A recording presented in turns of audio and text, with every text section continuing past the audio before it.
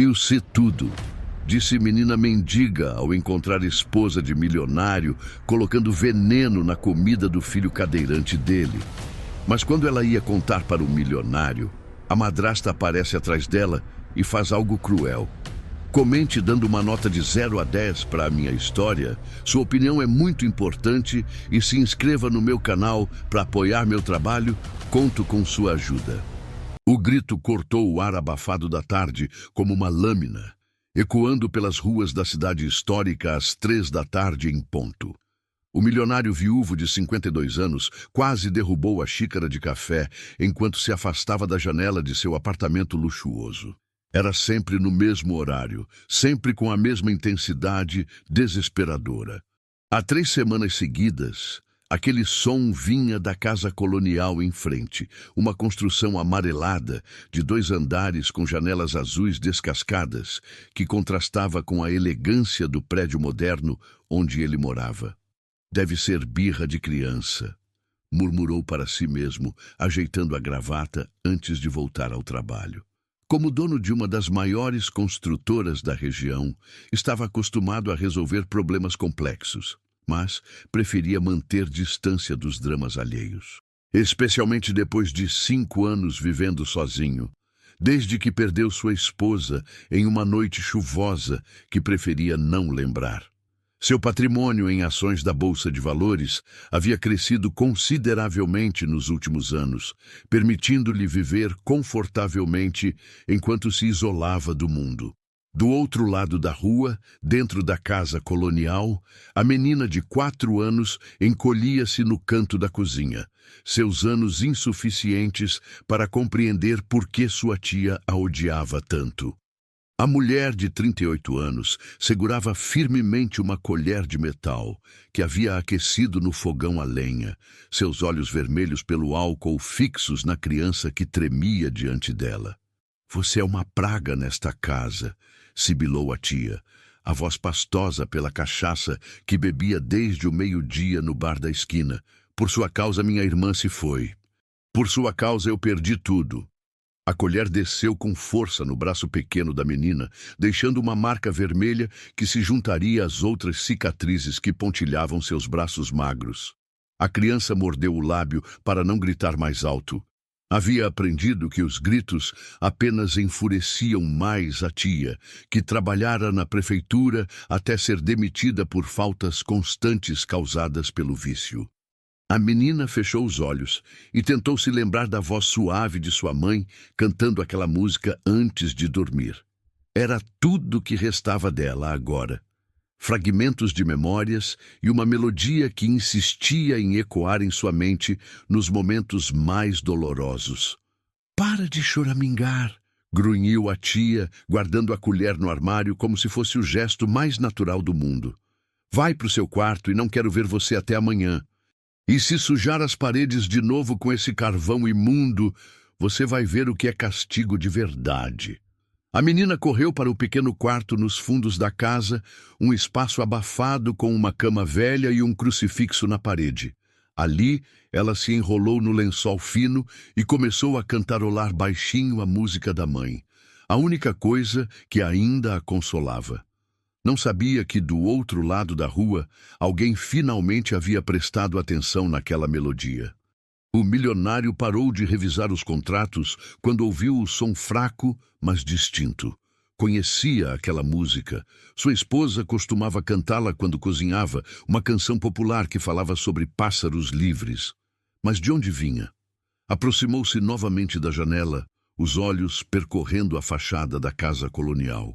Uma das janelas dos fundos estava entreaberta, e de lá vinha aquela voz infantil, trêmula, mas persistente.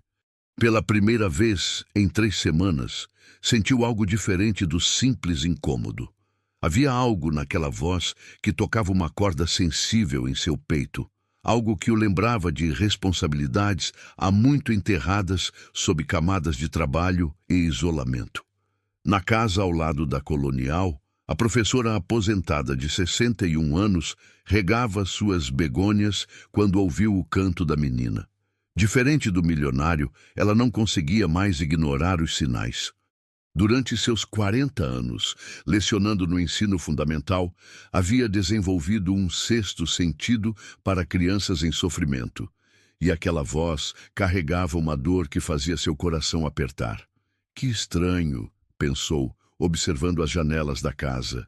A família que morava ali sempre fora problemática, mas desde que a mulher assumiu a guarda da sobrinha órfã, algo havia mudado no ar daquela casa. A menina nunca brincava no quintal, nunca corria pelas ruas como as outras crianças da cidade histórica. A professora secou as mãos no avental e tomou uma decisão. Na manhã seguinte, faria uma visita de cortesia à vizinha. Há muito tempo que não conversava adequadamente com ela e talvez fosse hora de conhecer melhor a pequena. Enquanto isso, o milionário permanecia na janela, um sentimento desconfortável crescendo em seu peito. A música havia parado, mas algo naqueles poucos minutos havia despertado memórias que preferia manter adormecidas. Memórias de uma antiga funcionária que havia pedido demissão de forma abrupta 5 anos atrás, poucos meses antes do acidente. Ela era uma mulher gentil, sempre cantarolando enquanto organizava os arquivos da construtora. Então, de repente, havia simplesmente desaparecido da vida dele, deixando apenas uma carta de demissão formal e muitas perguntas sem resposta.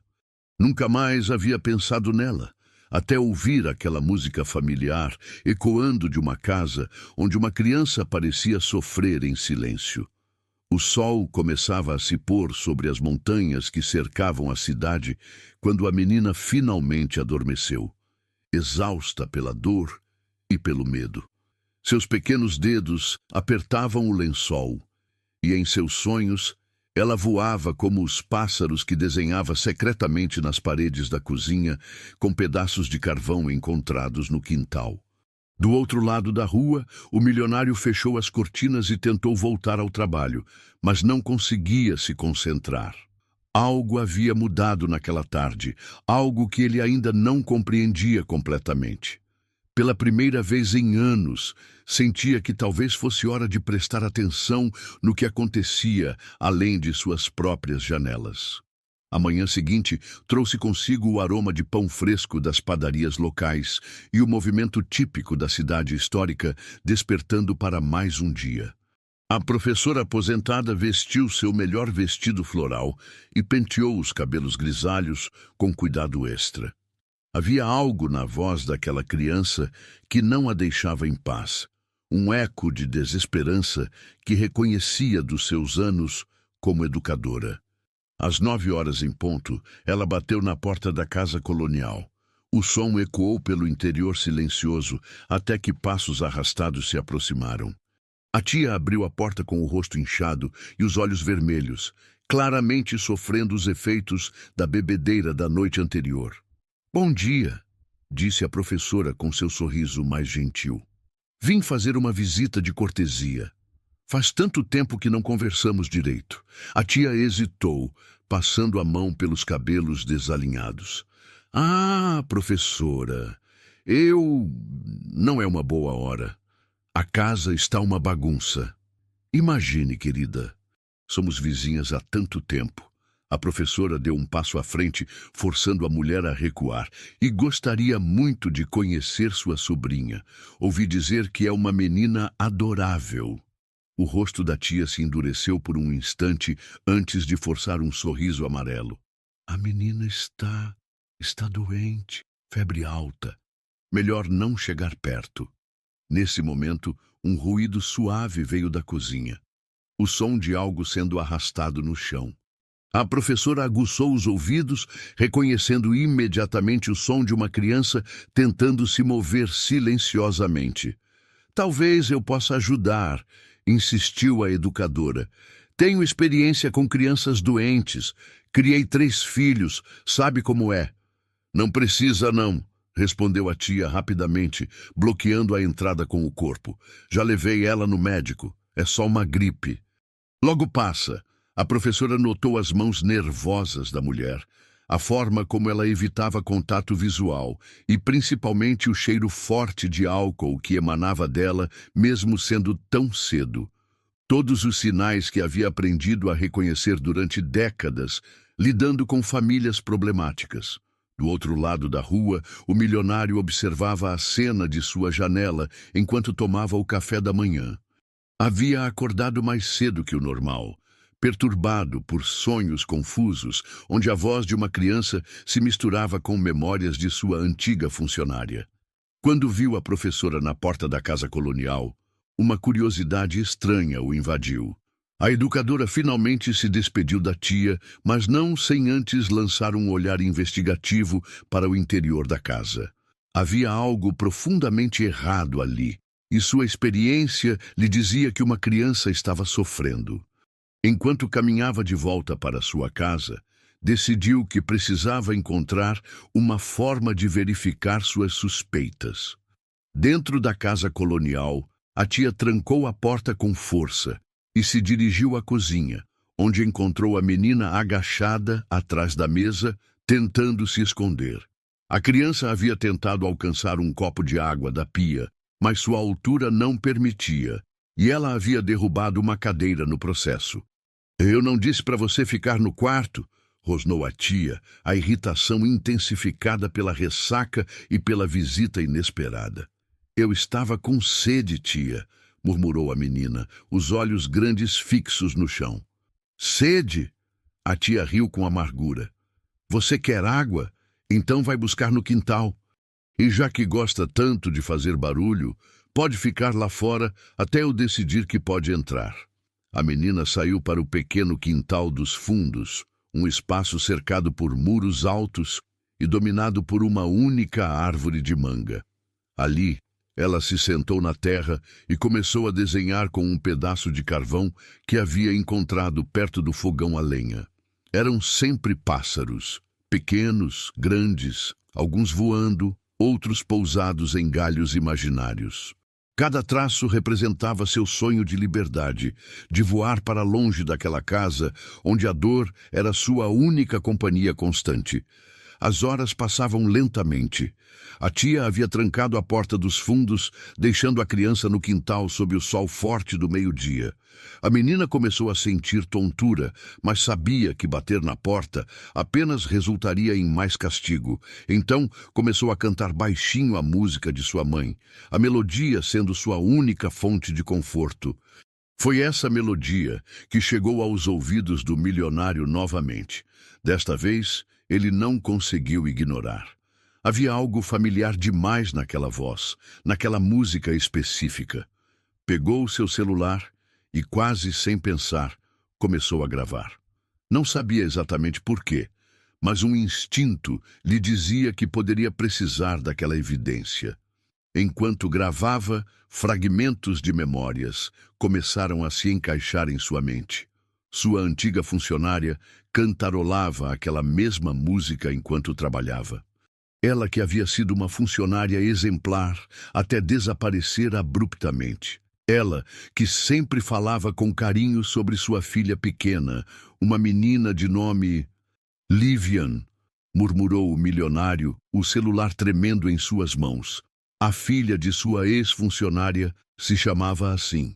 A realização o atingiu como um soco no estômago. A criança que sofria na casa em frente era a filha de quem havia trabalhado para ele por 3 anos, antes de simplesmente desaparecer. Como não havia feito essa conexão antes, o empresário guardou o celular e começou a caminhar de um lado para outro em seu apartamento. Lembrava-se vagamente da funcionária mencionando problemas familiares, uma irmã com quem não se dava bem, dificuldades financeiras. Mas ele estava tão absorvido em seus próprios problemas na época, os conflitos crescentes com a esposa, os problemas na empresa, que não havia prestado a devida atenção. Agora, 5 anos depois, a filha de sua ex-funcionária estava do outro lado da rua, e pelos sons que vinham daquela casa, não estava em uma situação boa.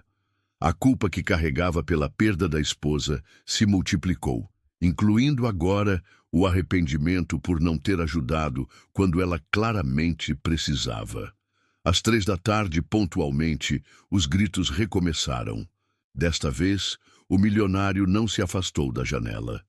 Observou com horror crescente, enquanto, através da janela da cozinha da casa colonial, via uma silhueta feminina se movendo de forma agressiva.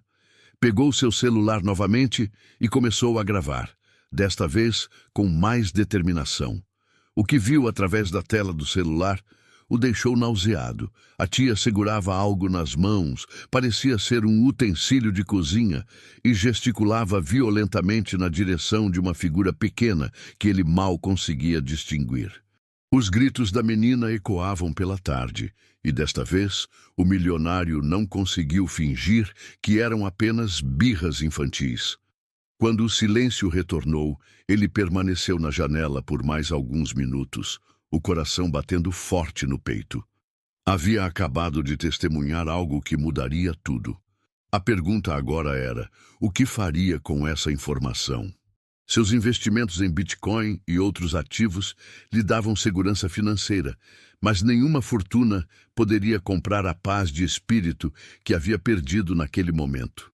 Naquela noite, a menina dormiu no chão do quintal, onde a tia a havia deixado como castigo por fazer muito barulho durante a tarde. A criança se enrolou em sua própria camiseta e olhou para as estrelas através dos galhos da mangueira. Em sua mente de 4 anos, ela fez um pedido silencioso para sua mãe, onde quer que estivesse, que alguém, qualquer pessoa, a tirasse daquele lugar de dor. 3 dias se passaram desde que o milionário descobriu a identidade da criança, e a culpa o consumia como um fogo lento. Durante esses dias, ele havia documentado sistematicamente os episódios de violência, sempre às 3 da tarde, sempre com a mesma brutalidade metódica. Sua coleção de vídeos e áudios crescia, mas sua coragem para agir permanecia paralisada pela mesma covardice que o assombrava desde a noite em que perdeu a esposa. Naquela manhã de quinta-feira, a professora aposentada tomou uma decisão que mudaria o rumo de tudo. Havia passado a madrugada acordada, atormentada pela certeza de que uma criança estava sofrendo a poucos metros de sua casa. Suas 4 décadas como educadora haviam-lhe ensinado a reconhecer os sinais, e todos eles estavam presentes na casa colonial. Decidiu abordar a situação de forma diferente. Em vez de tentar uma nova visita direta à tia, optou por uma estratégia mais sutil. Às 7 da manhã, posicionou-se no quintal lateral de sua casa, o local de onde tinha a melhor visão do quintal dos fundos da casa colonial. O que viu a deixou horrorizada. A menina estava sentada debaixo da mangueira, completamente sozinha, usando apenas uma camiseta rasgada e uma calcinha. Seus braços pequenos estavam marcados por queimaduras evidentes, algumas ainda vermelhas e inflamadas. A criança desenhava na terra com um pedaço de carvão, criando formas que a professora reconheceu como pássaros. "Meu Deus!", sussurrou a educadora, as mãos tremendo enquanto segurava a cerca que separava os quintais. Era pior do que imaginava. Muito pior.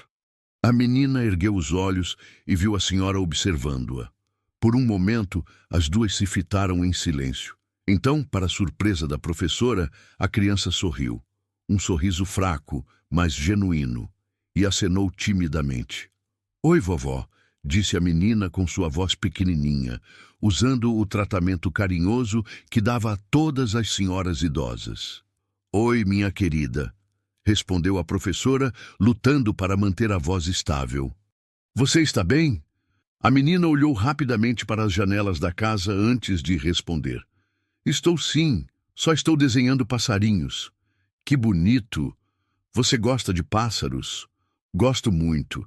Eles podem voar para onde quiserem", respondeu a criança, seus olhos grandes brilhando com uma tristeza que partia o coração da professora. Nesse momento, a voz áspera da tia ecoou de dentro da casa. "Onde você está, menina?" O terror que instantaneamente tomou conta do rosto da criança disse tudo o que a professora precisava saber.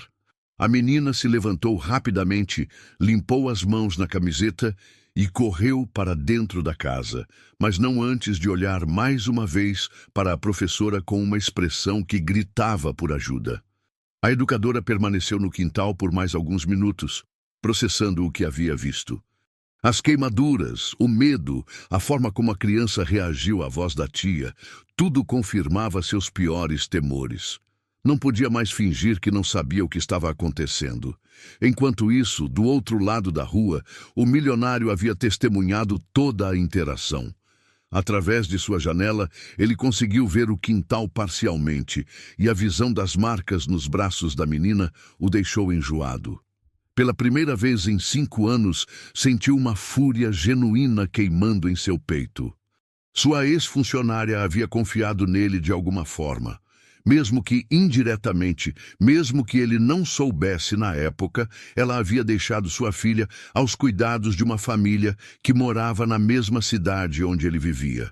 E agora, essa criança estava sendo torturada enquanto ele observava de sua janela confortável, paralisado pela própria covardia.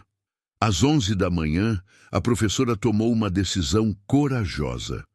Vestiu sua melhor roupa social. Pegou uma bandeja com doces caseiros que havia preparado como pretexto e dirigiu-se novamente à casa colonial. Desta vez, não aceitaria um não como resposta. A tia atendeu a porta com relutância, claramente irritada com a insistência da vizinha. Professora, eu já disse que não é uma boa hora. Querida, trouxe uns docinhos que fiz ontem, interrompeu a educadora com firmeza. E insisto em conhecer melhor a pequena. Como vizinhas antigas, é nosso dever nos apoiarmos mutuamente. Antes que a tia pudesse protestar, a professora já havia entrado na casa, usando toda a autoridade que décadas de sala de aula lhe haviam dado. O interior da casa colonial era sombrio e cheirava a mofo misturado com álcool. Móveis velhos e mal conservados ocupavam a sala e havia uma atmosfera pesada que fazia o ar parecer difícil de respirar. A menina está dormindo, mentiu a tia, bloqueando o caminho para os fundos da casa. Que pena. Talvez uma outra hora então, disse a professora, mas seus olhos experientes já haviam catalogado diversos detalhes perturbadores. Manchas escuras no chão da cozinha que pareciam ter sido mal limpas, uma colher de metal deixada sobre o fogão e, principalmente, pequenos desenhos de carvão nas paredes que claramente haviam sido feitos por uma criança. Nesse momento, um som baixo veio da direção da cozinha, um soluço abafado, quase imperceptível. A professora e a tia congelaram. O silêncio que se seguiu foi tenso e revelador. Deve ser o gato da vizinha, disse a tia rapidamente, mas sua voz tremeu ligeiramente. A professora sorriu e assentiu, mas havia decidido que já tinha visto o suficiente. Bem, vou deixar vocês descansarem então, mas lembre-se que estou sempre aqui do lado se precisar de qualquer coisa. Qualquer coisa mesmo. O tom da educadora deixou claro que não era apenas uma oferta de ajuda casual. Era um aviso sutil, mas direto. Após a saída da professora, a tia trancou a porta com força e se dirigiu à cozinha, onde encontrou a menina encolhida atrás do fogão a lenha, tentando se esconder. A criança havia chorado ao ouvir a voz gentil da professora, lembrando-se da bondade que uma vez conhecera. Você estava fazendo barulho, acusou a tia, seus olhos já brilhando com a fúria familiar. Não, tia, eu não fiz barulho, protestou a menina, mas sua voz pequena soou fraca mesmo para ela. A tia pegou a colher de metal que estava sobre o fogão e a colocou diretamente na chama. A menina reconheceu o ritual e começou a tremer. Sabia o que vinha a seguir. Você quer chamar atenção, não é? Sibilou a tia enquanto a colher esquentava. Quer que os vizinhos venham aqui fazer perguntas? Acham que eu não sei cuidar de você? Do outro lado da rua, o milionário havia posicionado seu celular na janela e estava gravando novamente. Desta vez, conseguiu capturar não apenas os sons, mas também imagens parciais através da janela da cozinha. O que viu o fez tomar uma decisão que mudaria tudo. Não podia mais ser apenas um observador silencioso. Sua ex-funcionária havia sido uma boa pessoa, uma trabalhadora dedicada que sempre falava de sua filha com amor. Essa criança era a responsabilidade dele agora, quisesse ou não. Seus dividendos das ações e a renda de seus investimentos lhe davam poder, e era hora de usá-los. Enquanto a menina sofria mais um episódio de tortura sistemática, o milionário fez uma ligação que não fazia há meses. Ligou para seu advogado pessoal e antigo amigo de faculdade. "Roberto, preciso da sua ajuda com uma situação delicada", disse ele, observando pela janela enquanto os gritos da criança ecoavam pela tarde. "É sobre uma criança, e acho que pode ser uma questão de vida." Naquela noite, depois que a tia adormeceu embriagada no sofá da sala, a menina conseguiu sair silenciosamente para o quintal. Suas novas queimaduras ardiam, mas a dor física era menor que a dor em seu coração. Sentou-se debaixo da mangueira e olhou para as estrelas, cantarolando baixinho a música de sua mãe. O que ela não sabia era que pela primeira vez em meses, alguém estava verdadeiramente prestando atenção em seu sofrimento. E que, nos próximos dias, sua vida mudaria de formas que ela nem conseguia imaginar. Do outro lado da rua, luzes permaneciam acesas no apartamento do milionário, onde planos estavam sendo traçados para tirá-la daquela casa de horrores. O advogado chegou ao apartamento do milionário na manhã de sexta-feira com uma expressão grave no rosto. Os dois homens haviam sido colegas na universidade há quase 3 décadas, e Roberto conhecia bem o isolamento emocional que seu amigo havia construído após a perda da esposa. Por isso, o telefonema urgente da noite anterior o havia surpreendido tanto. "Preciso que você me conte exatamente o que está acontecendo", disse Roberto, sentando-se na sala ampla do apartamento. "Você falou sobre uma criança em perigo, mas preciso de detalhes." O milionário serviu café e se posicionou próximo à janela, o local que se tornara sua obsessão nos últimos dias. "A menina que mora na casa em frente é filha de uma antiga funcionária minha. Ela está sendo maltratada pela tia que cuida dela." "Maltratada como?" perguntou Roberto, tirando um bloco de anotações da pasta. "Queimaduras, gritos diários, negligência." O empresário pausou, lutando com as palavras. "Tenho gravações, Roberto, evidências do que está acontecendo." Roberto ficou em silêncio por um momento, processando a informação. "Isso é muito sério. Se você tem evidências de abuso infantil, precisa entrar em contato com o Conselho Tutelar imediatamente." "Eu sei", respondeu o milionário, passando as mãos pelo rosto. "Mas há algo mais. Minha ex-funcionária trabalhou para mim por 3 anos. Ela saiu abruptamente em 2019, poucos meses antes do acidente. Nunca entendi por quê, mas agora você se sente responsável", completou Roberto, compreendendo a complexidade emocional da situação. O empresário assentiu. "Se eu tivesse prestado mais atenção na época, talvez pudesse ter ajudado. Talvez ela não tivesse precisado deixar a filha com essa mulher." Nesse momento, o som familiar dos gritos ecoou da casa em frente, mesmo sendo apenas 9 da manhã. Ambos os homens se viraram para a janela, e Roberto pôde ver a expressão de angústia no rosto de seu amigo. "Isso acontece todo dia?" perguntou ele horrorizado. "Às 3 da tarde, religiosamente. Mas às vezes também em outros horários", respondeu o milionário, pegando seu celular.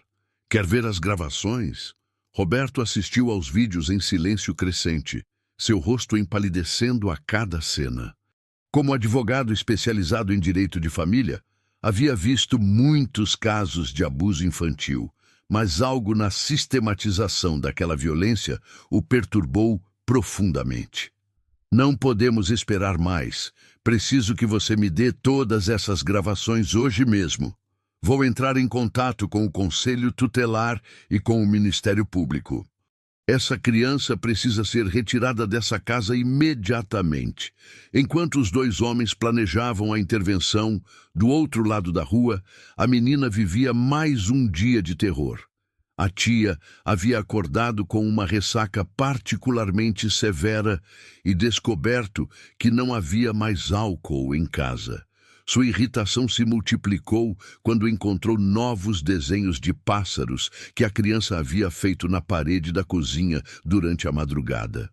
"Quantas vezes eu preciso te dizer para não sujar as paredes?", gritou a tia, segurando a menina pelo braço com força suficiente para deixar marcas. "Você é uma praga, uma maldição nesta casa." A criança tentou se explicar, dizer que havia sonhado com sua mãe e que os desenhos a faziam se sentir menos sozinha, mas as palavras se perderam em soluços. Aos 4 anos, ela ainda não compreendia completamente por que sua tia a odiava tanto, porque cada dia trazia nova dor. "Você vai ficar trancada no quarto até eu decidir o que fazer com você", continuou a tia, empurrando a menina pelo corredor. "E se eu ouvir um ruído sequer, você vai conhecer um castigo que nunca experimentou antes." O quarto onde a menina foi trancada era pequeno e abafado, com apenas uma janela alta que ela não conseguia alcançar. Ali, ela se encolheu no canto e começou a cantar baixinho a música de sua mãe, a melodia sendo sua única fonte de conforto em um mundo que parecia ter esquecido que ela existia. Foi essa música que a professora aposentada ouviu quando passou pela casa a caminho do mercado. A educadora havia passado a noite inteira pensando na conversa com a menina no quintal, nas marcas que vira nos braços da criança, na atmosfera de medo que permeava aquela casa. A professora parou em frente ao portão e ficou ouvindo. A voz da criança era fraca, mas carregada de uma tristeza que fez o coração da educadora se partir. Naquele momento, ela tomou uma decisão que mudaria tudo. Em vez de ir ao mercado, dirigiu-se diretamente ao centro da cidade, onde ficava o pequeno escritório do Conselho Tutelar. Conhecia bem a conselheira Ana Beatriz, uma ex-aluna sua que havia se dedicado à proteção de crianças vulneráveis. "Ana, preciso falar com você sobre uma situação muito grave", disse a professora, entrando no escritório sem cerimônia. Ana Beatriz ergueu os olhos dos papéis que estava analisando. "Professora, que bom vê-la. O que a traz aqui hoje?" "Uma criança em perigo. Minha vizinha. Tenho certeza de que está sendo maltratada." Ana se endireitou na cadeira, sua expressão tornando-se imediatamente séria. Durante seus 5 anos como conselheira tutelar, havia aprendido a reconhecer quando uma denúncia era séria, e a professora não era o tipo de pessoa que faria acusações levianas. "Me conte tudo", disse Ana, pegando uma ficha de denúncia. Enquanto a professora relatava suas observações, do outro lado da cidade, Roberto estava em uma reunião similar no escritório do Ministério Público. O promotor Lucas Andrade ouviu atentamente enquanto Roberto apresentava as evidências coletadas pelo milionário. "São evidências contundentes", disse o promotor, examinando os vídeos no celular de Roberto. "Vou determinar uma investigação imediata e solicitar a remoção da criança do ambiente familiar." "Quanto tempo isso vai levar?" perguntou Roberto preocupado. "Com essas evidências, podemos agir hoje mesmo", respondeu Lucas. "Vou contatar o Conselho Tutelar agora." Foi assim que, por uma coincidência que mudaria o destino da menina, 2 denúncias simultâneas chegaram ao Conselho Tutelar na mesma manhã. Ana Beatriz estava terminando de anotar o relato da professora quando seu telefone tocou. Conselho Tutelar, Ana Beatriz falando. "Ana, aqui é o promotor Lucas Andrade. Preciso que vocês façam uma intervenção urgente em uma casa na Rua das Pedras. Temos evidências de abuso infantil grave." Ana pausou, a caneta suspensa sobre o papel. "Por acaso é o número 127, Casa Colonial Amarela?" "Exato. Como você soube?" "Acabei de receber uma denúncia sobre a mesma casa", respondeu Ana, olhando para a professora com surpresa. Duas fontes independentes. Isso confirma a gravidade da situação. Às 2 da tarde, uma operação coordenada estava sendo montada. Ana Beatriz, acompanhada por 2 assistentes sociais e um oficial de justiça, se dirigia para a rua. A professora havia oferecido para acompanhar a equipe, usando sua experiência com crianças traumatizadas. O milionário observava tudo de sua janela, o coração batendo forte no peito. Finalmente, após dias de paralisia, havia conseguido agir. Roberto estava ao seu lado, ambos testemunhando o momento que mudaria a vida da menina para sempre. Você fez a coisa certa, disse Roberto colocando a mão no ombro do amigo. Espero que não seja tarde demais, respondeu o milionário, os olhos fixos na equipe que se aproximava da casa colonial. Na casa, a tia havia saído para comprar álcool no bar da esquina, deixando a menina trancada no quarto abafado. A criança continuava cantando baixinho, sem saber que sua vida estava prestes a mudar de forma radical. Quando Ana Beatriz bateu na porta da casa colonial e não obteve resposta, ela usou sua autoridade legal para entrar no imóvel. O que encontraram ali dentro superou até mesmo suas piores expectativas. Uma casa suja e mal cuidada, cheiro forte de álcool e sinais evidentes de negligência em todos os cômodos. Foi a professora quem ouviu primeiro a voz fraca vinda do quarto nos fundos. Tem alguém aqui, disse ela, guiando a equipe pelo corredor. Quando abriram a porta do quarto e encontraram a menina encolhida no canto, cantando sua música triste, todos os presentes sentiram um aperto no coração. A criança levantou os olhos grandes e assustados, sem compreender quem eram aquelas pessoas ou o que queriam dela. Oi, minha querida, disse Ana Beatriz, agachando-se para ficar na altura da criança. Meu nome é Ana. Viemos para te ajudar. A menina olhou para a professora, reconhecendo a senhora gentil que havia conversado com ela no quintal. Um lampejo de esperança brilhou em seus olhos, mas foi rapidamente substituído pelo medo. A tia vai ficar brava, sussurrou ela. Não precisa se preocupar com isso agora, disse a professora, estendendo a mão para a menina. Vamos sair daqui, está bem?